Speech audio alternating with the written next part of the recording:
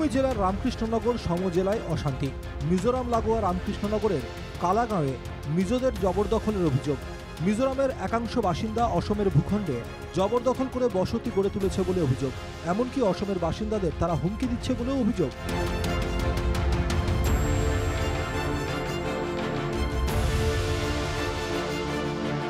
মিজোরামের দুষ্কৃতীরা রামকৃষ্ণনগরে ঢুকে কালাগাঁও এলপি স্কুলের আশেপাশে এলাকা নিজেদের বলে দাবি করে। সম্প্রতি তারা সীমানা পেরিয়ে কয়েক কিলোমিটার ভেতরে এসেছিল। শুনুন কি বলছেন স্থানীয় বাসিন্দারা। আমরা এই এরিয়াত 100 বিঘার উপরে জমি মিজোরামের দাবি করছে তারার বলিয়া গত বৃহস্পতিবার 30 তারিখ সেপ্টেম্বরের 30 তারিখ আইয়া তারা জমিনও কুটিহাটি মারছে, আগ্রাসন চালাইছে যে জায়গাটা তারার বলিয়া।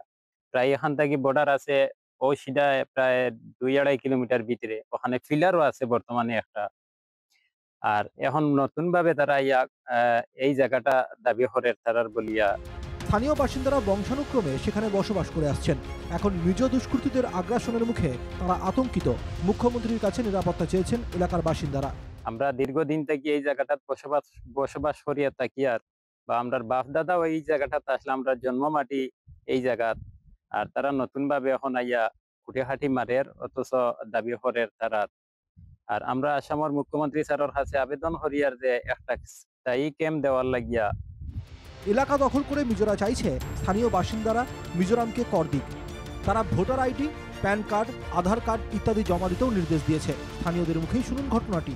এটা হয়েছে তারা ভোটার আইডি, প্যান কার্ড, আধার কার্ড দেওয়ার লাগি তারা মিজোরামের পারমিট বানাইয়া দিব। জায়গাটা তারা নিবগি, কিন্তু ও জায়গাত আমরা থাকতে পারবো এগ্রিমেন্টের মাধ্যমে, খাজনা দিয়া খাইতে পারবো, তারা খাজনা দিতে লাগবো। আর জায়গাটা আমরার হিসাবে তারার হিসাবে থাকবো, কিন্তু আমরা খাজনা দিয়া জায়গাত খাইতে পারবো। ওটাও সমস্যাটা নতুন নয়, বহুদিন ধরেই এলাকা দখলের চেষ্টায় নেমেছে মিজো দুষ্কৃতীরা। কয়েক বছর আগে মিজো দুষ্কৃতীরা এসে এলাকায় এমনকি ফিশারি বানিয়েছিল। শুনুন স্থানীয় বাসিন্দাদের মুখেই। তারা কয়েক বছর আগে তাকিয়া কোনো একটা ছোট মোটো ফিশারি আছে, আমরা খালামিয়া নাম কানোর ফিশারি। আজ তাকিয়া 3-4 বছর আগে তারা ইয়া ফিশারিটা খাটছে। খাটিয়া পরে আমরা তো বাড়ি করে না, কিছু মানুষ জমার পরে তারা ধরাইয়া বাইক গেছে। ফের 30শে সেপ্টেম্বর এসে তারা এলাকার বাসিন্দাদের ভোটার আইডি, প্যান কার্ড, আধার কার্ড জমা দিতে বলে। এই ঘটনায় ছড়িয়ে পড়ে আতঙ্ক। গত বৃহস্পতিবার 30 তারিখ তারা আইছে, আবার পরে তারা আইয়া কিছু মানুষ পাইছে, আমরাও পাইছে। পাওয়ার পরে আমরা জিজ্ঞাসা করলাম কিতা লাগি আইছো। তারা আমরা কয় তোমরা ইটা তো জমিন, আমরা তো ডকুমেন্ট আছে, মিজোরামের ডকুমেন্ট।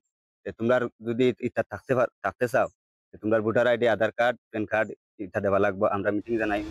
মিজো দুষ্কৃতীরা হুমকি দেয় অসম পুলিশকে জানালেই বিপদ হবে। সেরকম হলে এলাকার বাসিন্দাদের থাকতে দেওয়া হবে না।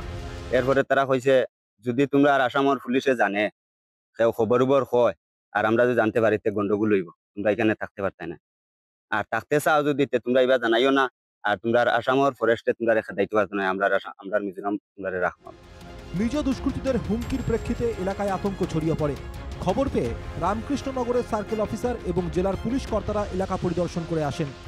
অসমের ভূখণ্ডে মিজো আগ্রাসনে চাঞ্চল্য ছড়িয়েছে। রাজ্য সরকারের কাছে নিরাপত্তা চেয়ে আবেদন জানিয়েছেন এলাকার বাসিন্দারা। রামকৃষ্ণনগর থেকে শ্যামল আচার্যের রিপোর্ট, NKTV বাংলা।